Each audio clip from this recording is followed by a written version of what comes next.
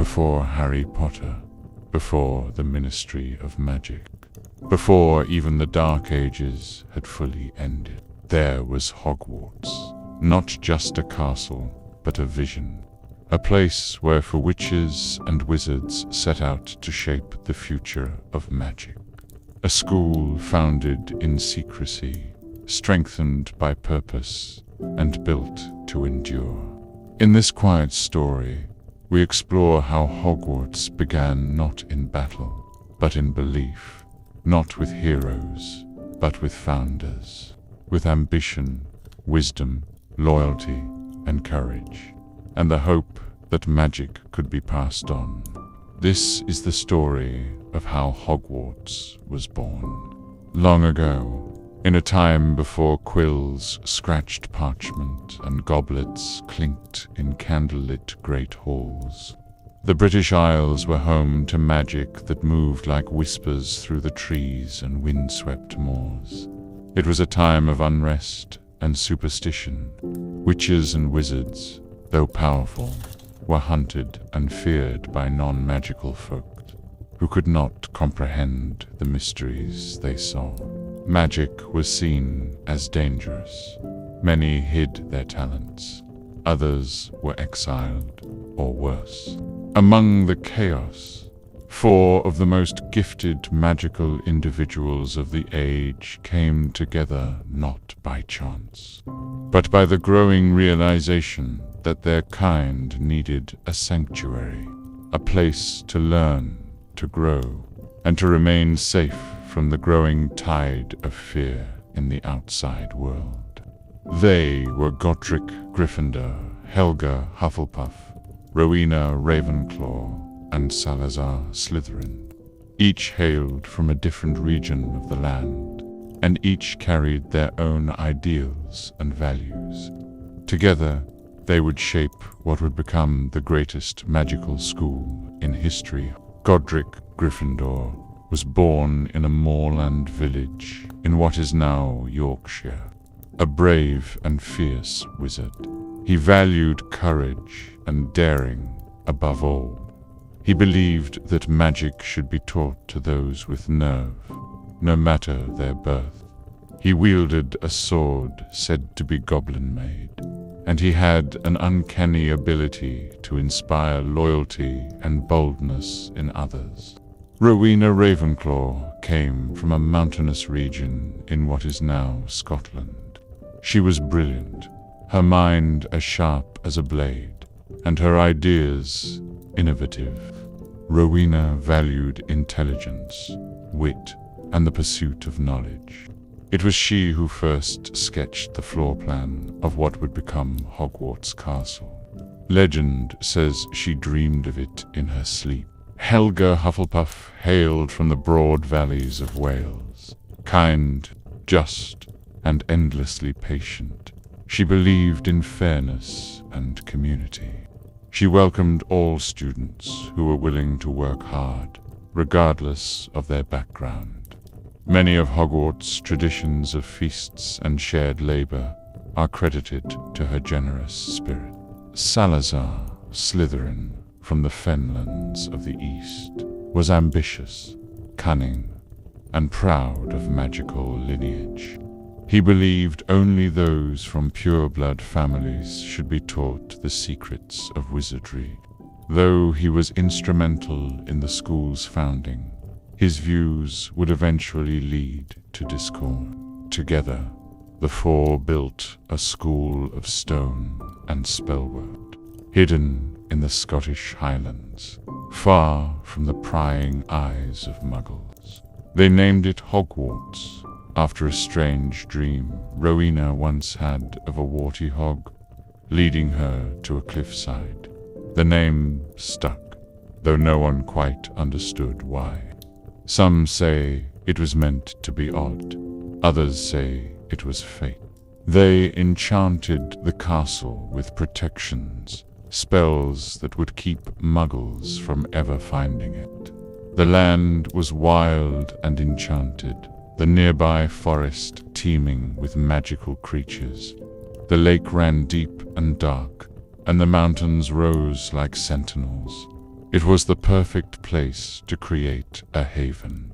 As the castle rose stone by stone through a mixture of hard labor and enchantment, each founder infused their magic into different parts of the structure. Rowena Ravenclaw designed the elegant towers and sweeping staircases that changed direction seemingly of their own will. She believed the castle should reflect the mind ever-growing, ever-shifting. Helga Hufflepuff contributed most to the kitchens and the cozy underground spaces. Her spells brought warmth and life to the hearths, and she taught the house elves who had fled persecution elsewhere that they could find a home and purpose here. Under her hand, the kitchens were hidden directly below the Great Hall, and the feasts became a symbol of unity. Godric Gryffindor focused on training grounds and defense. The expansive courtyards and enchanted dueling rooms were his doing. He was determined to see young witches and wizards prepared not only to cast spells, but to stand strong in times of peril. Many of his enchantments can still be felt in the way the castle seems to guard its own. Salazar Slytherin created the hidden chambers and underground passages. He believed not all knowledge should be shared freely, and some things should be reserved for those who had proven themselves worthy. It was whispered that he built a secret room deep within the foundations, accessible only to his true heir. But at the time, few questioned his secrecy. As the school opened, students came from far and wide, some pure blood, some half-blood, and even a few Muggle-borns. This diversity became a point of tension. While Helga welcomed all, and Rowena and Godric saw potential in any young mind with magical talent, Salazar grew more outspoken. He warned that Muggle-borns might bring danger to the magical world, that their presence could dilute magical traditions, or worse, reveal the school's existence to those who would see it destroyed. His warnings were delivered with reason, but behind his words was a rigid belief that magical bloodlines were sacred. Over time, this divide grew deeper. The others tried to reason with Salazar, but he stood firm. It's said that one final argument broke the bond. Salazar, refusing to allow Muggle-born students into his house or teach them magic, left the school in anger. He vanished without a trace, though his departure was a wound in the heart of the school. The remaining 3 founders carried on. They continued teaching, refining the school's systems, and raising generation after generation of young witches and wizards. They each selected students whose qualities they admired. Godric took those with bravery and daring. Rowena chose those with wisdom and intellect. Helga accepted the loyal and hard-working. Salazar, before he left, had claimed those who were cunning and ambitious, to simplify sorting new students in the future. Godric removed his enchanted hat, one he wore in Battleland. All 4 founders imbued it with magic. The sorting hat became one of the school's most enduring magical artifacts. Though it looked like nothing more than an old, frayed hat, its magic was deep and ancient. Every year, new students placed it upon their heads, and the hat would delve into their thoughts, ambitions, and fears, selecting a house where they would thrive. Sometimes the decision was quick. Other times it lingered, especially for those with traits that fit more than one house. In the years following Salazar's departure, Hogwarts grew in reputation.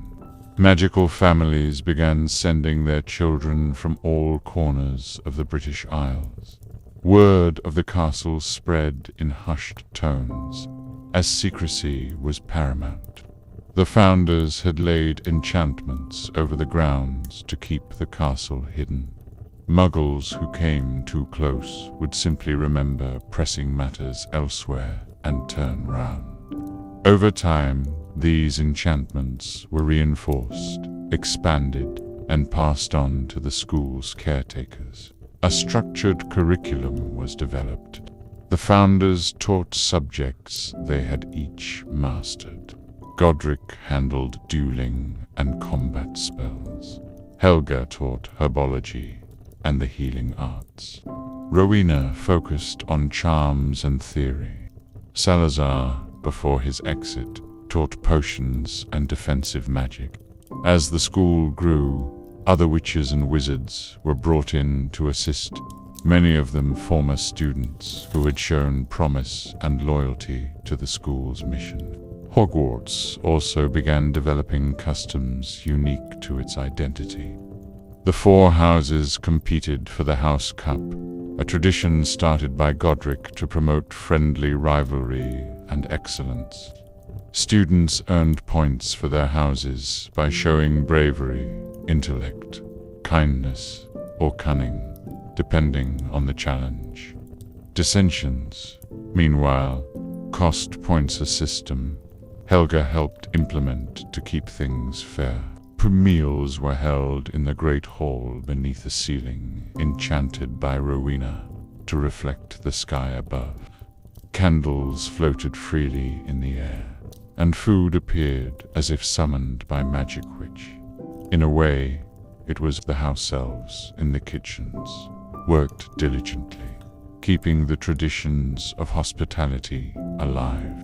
For all its magical wonder, Hogwarts was also a place of discipline. Rules were established, including curfews, restricted corridors, and forbidden practices.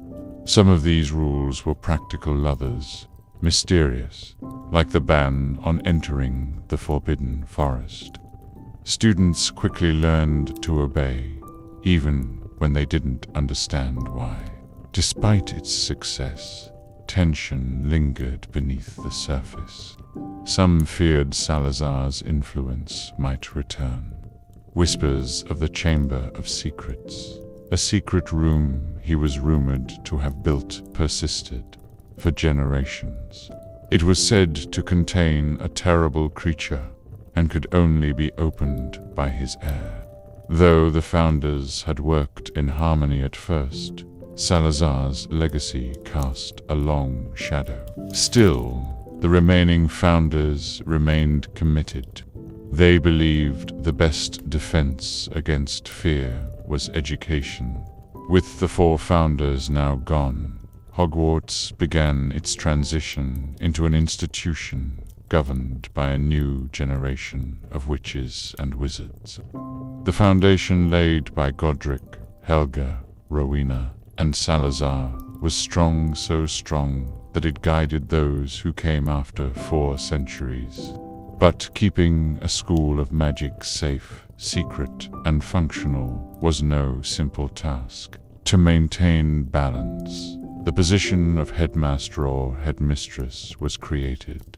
At first, this role rotated among a small council, with representatives from each house offering their insight. Eventually, it became tradition for one experienced witch or wizard to take up the mantle at a time. The early headmasters took their responsibilities seriously, often citing the philosophies of the founders in their decisions. Records from those early years are sparse, but legends passed through portraits and enchanted books describe events both remarkable and mundane. The school expanded slowly. New classrooms were added. Hidden corridors appeared or were discovered, and the enchanted staircases adjusted accordingly. The castle seemed to grow with its students. The forest near Hogwarts, once simply wild land, became known as the Forbidden Forest. Magical creatures, some dangerous, others misunderstood, had made their homes there. In time, it became school policy to ban students from entering it without supervision. Still, daring students often ventured in, especially those who sought to prove themselves brave or foolish. The Black Lake, too, held secrets. Merpeople had long lived beneath its surface, along with the giant squid that became something of a school mascot. In winter, the lake froze solid, and students would skate across it with charm-enhanced skates. In warmer months, it was a place for quiet reflection, or, in the case of some older students, mild mischief. Hogwarts gradually developed a reputation beyond Britain. Witches and wizards from across Europe spoke of the castle in awe. Though other magical schools existed, Boxbatons in France, Durmstrang in the North Hogwarts was unique in its structure and balance between tradition and innovation. Quidditch, now a popular sport, began to take shape within Hogwarts walls. At first, flying lessons were focused purely on control and safety, but soon, students began organizing competitions. The four houses fielded teams, and before long, the Hogwarts Quidditch Cup became a fixture of student life. The game, fast-paced and dangerous, became a symbol of school pride. Though Hogwarts was a place of learning, it was never without danger. Magical accidents occurred, wands misfired, potions exploded, spells went wrong. The school staff adapted, hiring professors not only for their knowledge, but for their ability to manage risk. It became standard for first years to be taught safety charms before anything else. Despite the risks, the school thrived. Its traditions, both serious and strange, deepened over time. As Hogwarts entered its second century, new generations of students passed through its great stone archways.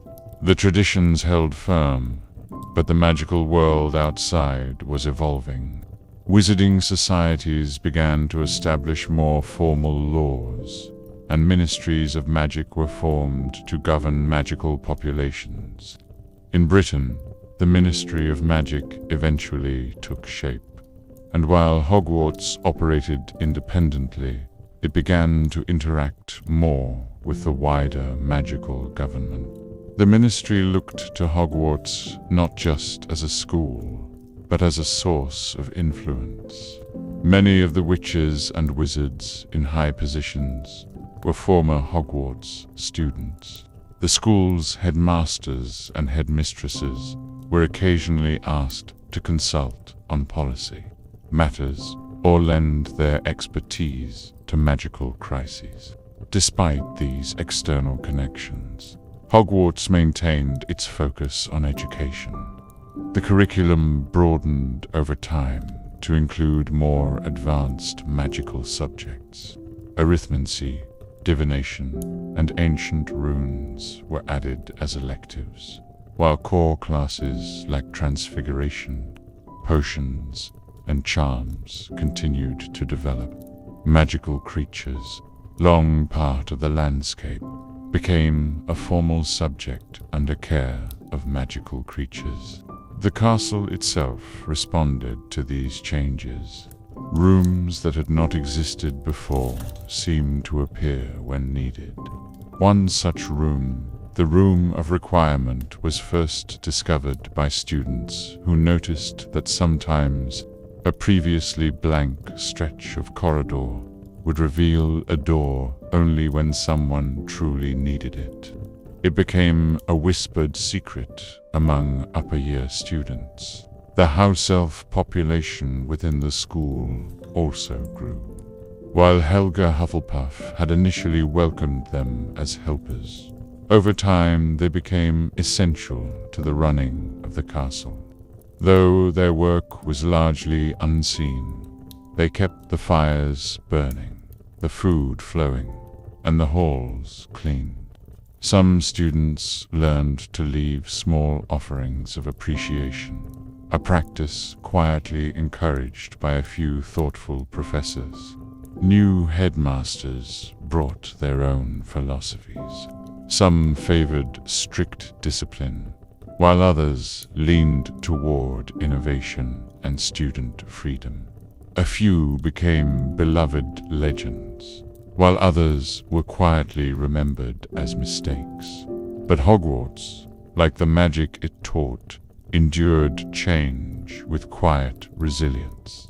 The ghosts of Hogwarts, too, became part of the fabric of school life.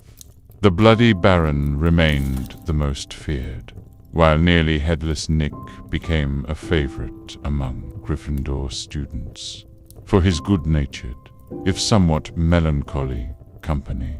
Peeves, the mischievous poltergeist, was a constant source of frustration for staff and amusement for students. Though not technically a ghost, he was a permanent resident of the school, impossible to remove and endlessly chaotic. Over time, magical transportation improved. Students once had to travel by broom or thestral-drawn carriage, but later generations took the Hogwarts Express, an enchanted steam engine that delivered students from King's Cross Station to Hogsmeade. The Hogwarts Express became one of the most iconic symbols of the school. Every September, students gathered at platform 9 3/4 to begin their journey. The train, with its scarlet engine and polished carriages, carried not just trunks and owls, but hopes, nerves, and friendships waiting to form. It offered a gentle transition from the Muggle world to the magical one. Inside the castle, magical innovation continued at a steady pace. Charms and spells were updated, safety measures were refined. The curriculum became more structured, with standardized textbooks and formal examinations. OW, S, and NEWTs were introduced to assess student progress, often causing stress, especially among 5th and 7th year. Hogwarts remained a microcosm of the magical world. Political debates, cultural shifts, and new magical discoveries often echoed in the corridors, even if only faintly. Students came from diverse backgrounds, some from long lines of wizards, others from Muggle families seeing Hogwarts for the first time.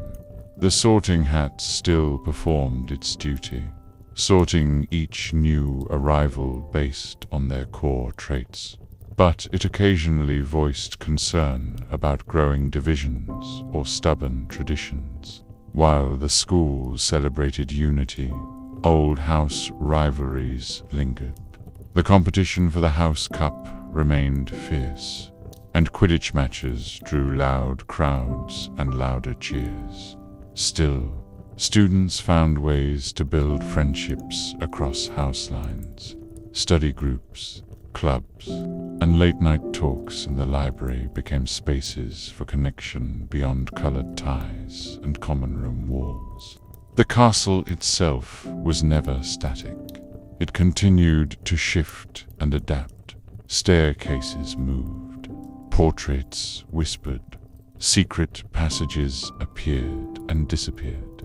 The magic that filled the walls was deeply woven into the foundation, responding to the needs of the school and its students. It was said that the castle had a will of its own, not sentient, but watchful and loyal. Over the centuries, some events left deeper marks than others. Occasionally, darker times would touch the school conflicts from the outside magical world. Internal feuds or unfortunate magical accidents. But each time, the staff and students came together to heal and rebuild. The Great Hall remained a place for unity, where meals and moments were shared, where announcements echoed, and where the future often began with a quiet sorting. 4 houses remained, each honoring the ideals of their founder. Gryffindor still prized bravery and boldness. Ravenclaw sought wisdom and wit. Hufflepuff cherished fairness and loyalty. And Slytherin respected ambition and cleverness. While debates over blood status and heritage had long lost their hold on the school's admission, the echoes of Salazar's more divisive legacy were still studied and remembered, not to promote, but to understand. Time passed. Some eras were peaceful, others were marked by unrest. But Hogwarts endured, not because it was perfect, but because it evolved. In more recent centuries, the magical world experienced greater upheaval. Wars, magical revolutions, and dark wizards periodically rose to power, casting shadows over wizarding society. During these times, Hogwarts played a critical role not as a fortress, but as a place of guidance, memory, and resistance. Though the school attempted to remain neutral, neutrality was not always possible. The rise of dark wizards brought fear into the corridors, and sometimes danger followed. Teachers became protectors. Students became symbols of courage. History classes grew heavier with cautionary tales of magical misuse and political ambition. Dark times tested the school's commitment to unity. In some eras, distrust festered between houses. There were periods when Slytherin House was unfairly blamed for the actions of those outside its walls. Yet Hogwarts endured, because there were always those who stood for its ideals, even when doing so meant standing alone. The portraits of past headmasters and headmistresses in the head's office recorded these turning points silently, offering counsel only when asked. Some, like the wise Dilius, Derwent, or the stern Phineas, Nigellus Black, watched generation after generation, bearing witness to the castle's quiet strength.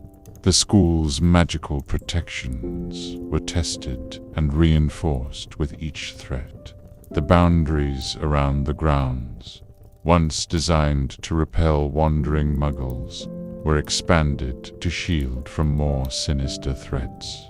Spells, wards, and ancient enchantments created layers of defense known only to a select few within the staff. In times of peace, Hogwarts blossomed. New electives were added, such as Muggle studies and magical theory. Cultural festivals, art showcases, and wizarding debates filled the calendar. Students experimented, failed, succeeded, and learned. The castle encouraged exploration, but it always watched, gently nudging students toward growth and maturity. Some traditions faded, while others were revived or reinvented. Dueling clubs rose and fell. The Yule Ball, once forgotten, returned as a beloved event. Centaur liaisons and goblin partnerships became part of education, reflecting a growing awareness that magical creatures and beings were not footnotes in history. They were part of the world students were being trained to live in. One thing remained constant: the Sorting Hat's song. Each year, as new students waited nervously in the Great Hall, the Hats sang of courage, wisdom, loyalty, and ambition. Its verses reminded all present that the founders had built Hogwarts together, not to divide, but to create a place where different strengths could coexist. The future remained uncertain, as it always does. But Hogwarts was not simply a school. It was a keeper of magical history, a bridge between the past and future. And as long as young witches and wizards continued to arrive, wide-eyed and full of wonder, the castle would stand ready to teach, to challenge, and to welcome. Even as centuries passed and the magical world changed in dramatic ways, the heart of Hogwarts remained constant. The rhythm of school life, classes, feasts, exams, and holidays beat steadily on generation after generation. The castle saw the rise and fall of magical governments, the invention of new spells and tools, and the slow blending of tradition with progress. Magical technology, once minimal, began to weave its way into student life. Communication methods improved. Wizarding wireless radios became standard in common rooms. Some students experimented with enchanted notebooks to exchange messages, though the staff kept a close eye on any misuse. As the student population grew, new dormitory arrangements and facilities were added. The room of requirement provided space when needed, but permanent expansions included updated bathrooms, new storage areas, and a growing library filled with modern and ancient tomes alike. The school adapted without losing its charm. Hogwarts also responded to calls for greater inclusivity and representation. While the four houses remained distinct, the school broadened its approach to magical education. Students with unique magical abilities or special needs were accommodated more openly, and subjects such as healing magic, magical ethics, and magical law gained stronger footholds in the curriculum. Despite modern changes, there were always those who tried to cling to the past. A few families still valued blood purity, and whispers of old prejudice sometimes returned in quiet tones. But Hogwarts, by this time, had become a place of challenge and reflection. Students debated openly. Professors encouraged critical thinking. Progress was slow but steady. The Board of Governors, established long ago to oversee school matters, began to take a more active role in supporting student welfare and staff protections. Inspections became more common, and headmasters were expected not only to manage the school's magic, but to demonstrate leadership, empathy, and adaptability. Not all were suited for the task, but the castle had its ways of guiding those who listened. Traditions like the Tri-Wizard Tournament were revisited with caution, while thrilling, such events were remembered for their risks. Some years, special exchanges were held with other schools, Spokesbattens, Durmstrang, and even lesser-known institutions from as far as Brazil and Japan. These interactions broadened students' views and created friendships across borders. The Forbidden Forest remained mysterious, though controlled exploration became part of care of magical creatures lessons for older students. With proper guidance, students learned respect for the magical beings who lived their centaurs, unicorns, and the ever-watchful acromantulas who preferred to be left alone. Hogwarts never forgot its foundation. The 4 house points hourglasses still tracked every earned reward and infraction. The sorting hat still sang. The sorting hat still sang. And each time it reminded students of the unity that formed Hogwarts, even as they stepped into their separate houses. Some years, the song was celebratory. Other years, it carried warnings. But always, it called back to the founder's original Vizina school, where differences weren't just accepted, but celebrated. Modern Hogwarts was a tapestry of history and innovation. First years still rowed boats across the Black Lake, just as their ancestors had done centuries earlier. Ghosts still welcomed them, and the Great Hall still dazzled with its enchanted ceiling. But beyond the magic and tradition, Hogwarts had become a mirror of the wizarding world, diverse, complicated, and constantly evolving. Some of the school's greatest lessons weren't taught through wands or books, but through experience. Students learned how to disagree respectfully, how to work in groups, and how to defend their ideas without hexes. Friendships were forged in quiet corners of the library, on late walks through the grounds, or during early morning Quidditch practices. The faculty changed, too.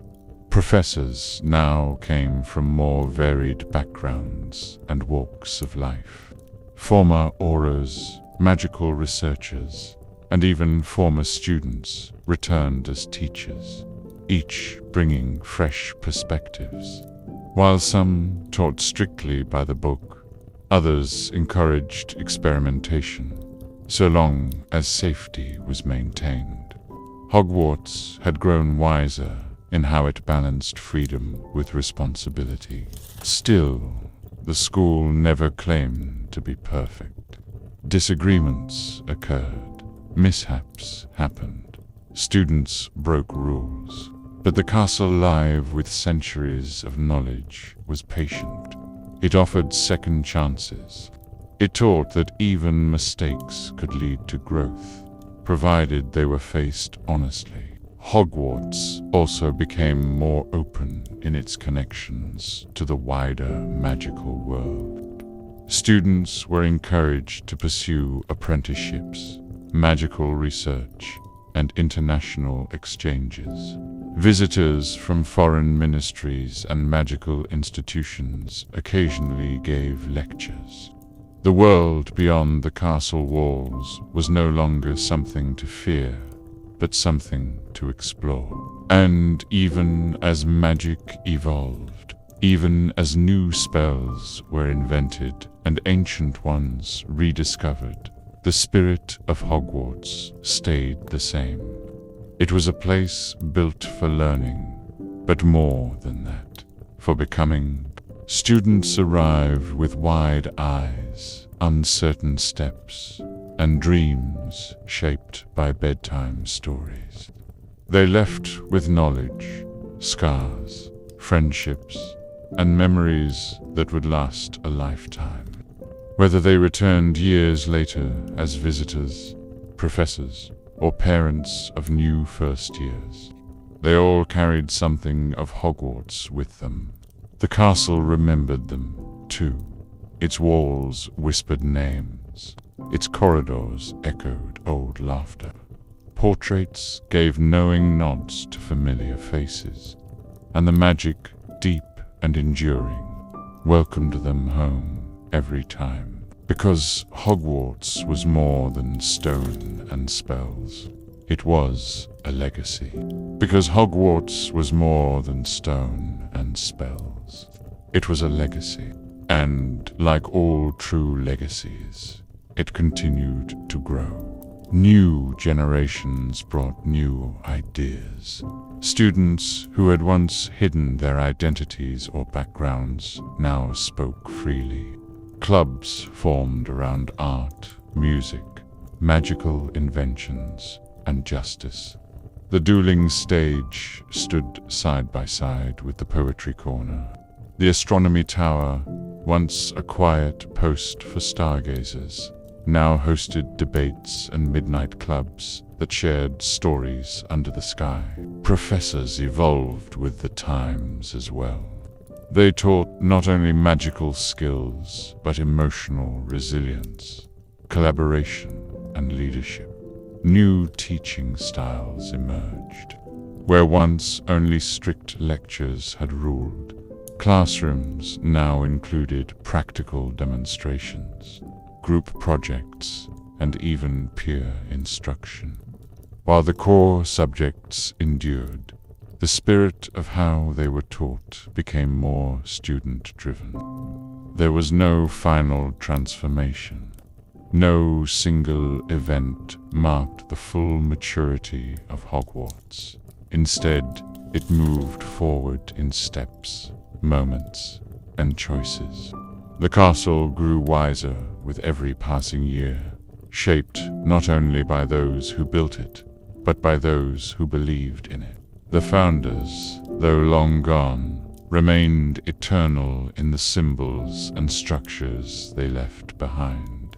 Their statues stood in quiet corners. Their names echoed through corridors. Their sorting hats still judged character with patient wisdom. And though the four houses bore their philosophies, it was the merging of those values, kindness, intellect, ambition, that made Hogwarts whole. And so, when a new student stepped into the Great Hall for the first time, it wasn't just tradition they were meeting. It was possibility. A Hogwarts that remembered its roots, but lived in the present. A Hogwarts that whispered through every floating candle and enchanted tapestry that they were welcomed more for what they were expected to be, but for who they truly were.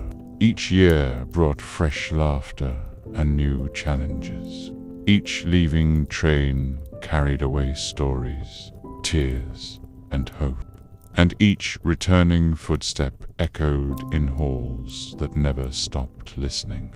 To learn at Hogwarts was to be part of something vast. To teach there was to believe in tomorrow.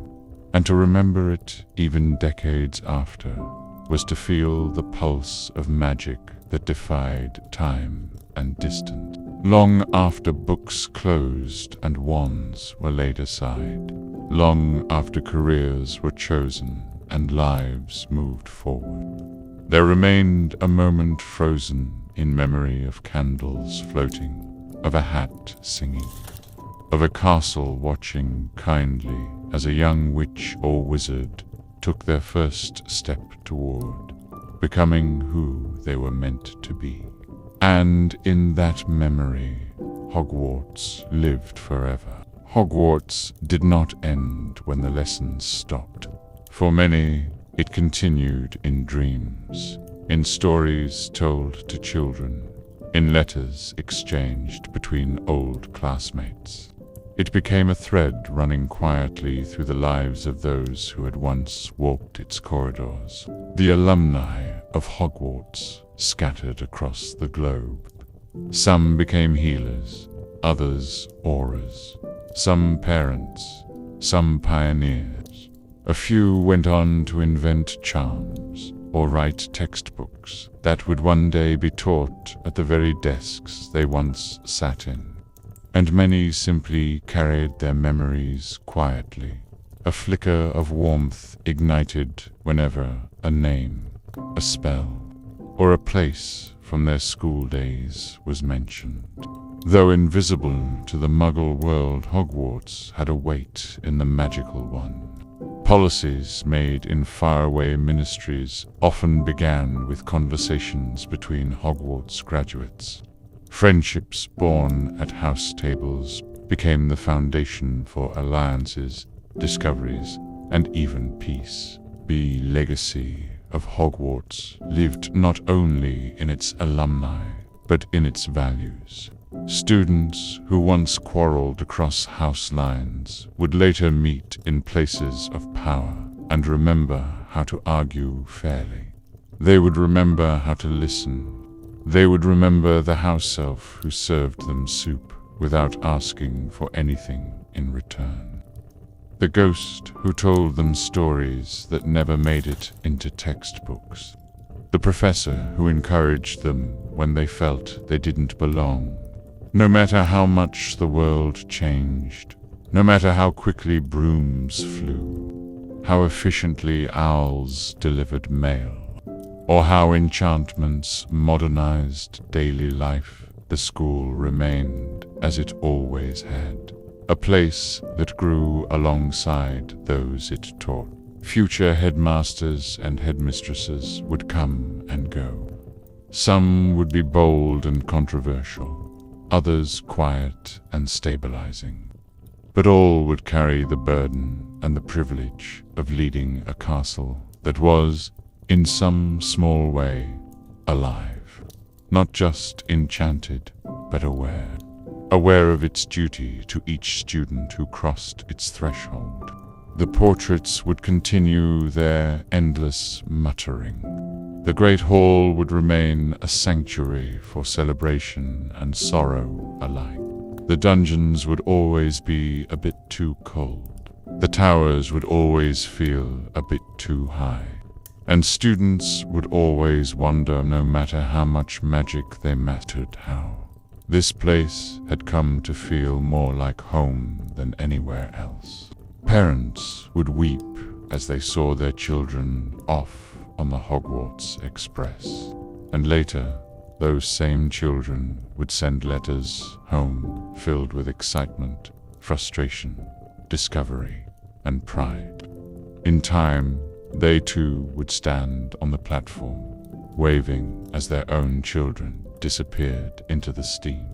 And Hogwarts would wait, not with impatience, not with pride, but with quiet certainty. It would wait for the next story to begin, the next challenge to arrive, the next young witch or wizard to step nervously into its caricature of who they were, but soon to discover who they might become. And so the castle stood, timeless, its foundations older than memory, its spirit stronger than stone, its spirit stronger than stone, long after the founders had passed into legend, and long after their immediate successors were forgotten to time. Hogwarts still carried on. It wasn't just because of enchantments or traditions, but because of the people, generations of students and teachers, caretakers and creatures who shaped it, room by room, day by day. Time brought change, as it always did. The subjects evolved. The rules were rewritten. The magical world outside the castle walls continued to shift. But within Hogwarts, one principle held steady. Magic was not just a power. It was a responsibility. There were still students who arrived with doubt in their eyes. Children who had never held a wand. Children who thought they weren't special, but the castle welcomed them all.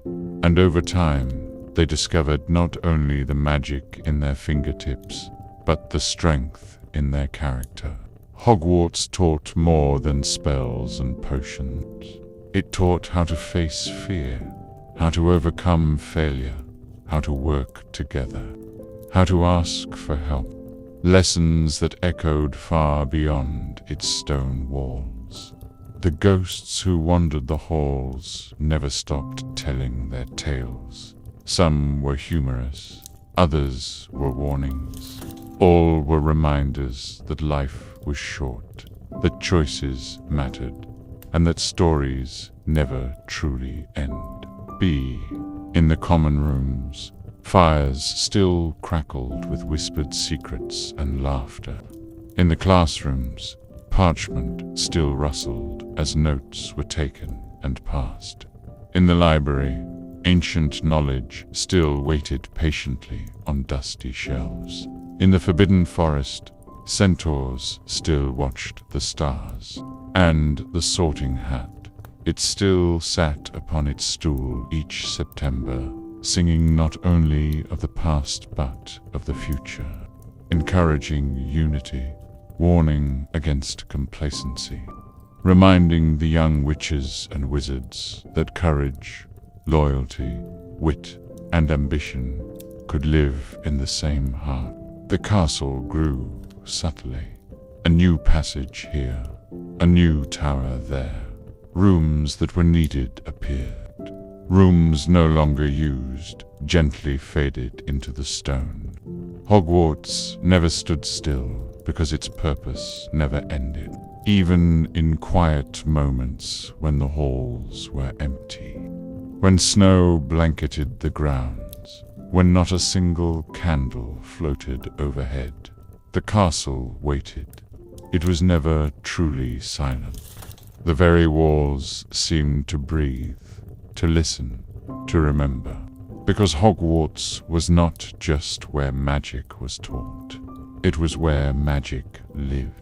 It was where legends began, and where legends return. And so ends the story not of Hogwarts itself, but of its beginnings, its legacy, and the countless lives it touched. From 4 ambitious founders to generations of curious minds, the castle has stood as a testament to what magic can be when guided by purpose, heart, and unity. Its stones remember footsteps. Its halls remember laughter. Its portraits remember names. For every witch and wizard who ever called it home, Hogwarts is more than a school. It is a chapter of life, a turning point, a memory etched in time. And while time marches forward, one thing is certain. So long as there are young minds to teach, questions to ask, and dreams to pursue, Hogwarts will continue to open its great oak doors. The Sorting Hat will continue to sing, the candles will continue to float, and the castle will continue to stand not simply because of ancient magic, but because of the belief that learning, friendship, and courage still matter. So, if you ever find yourself on platform 9 3/4, if the whistle of the train stirs something in your heart, or if a familiar tune echoes in your dreams, know this: you were part of something timeless. You were part of Hogwarts, and Hogwarts always was part of you.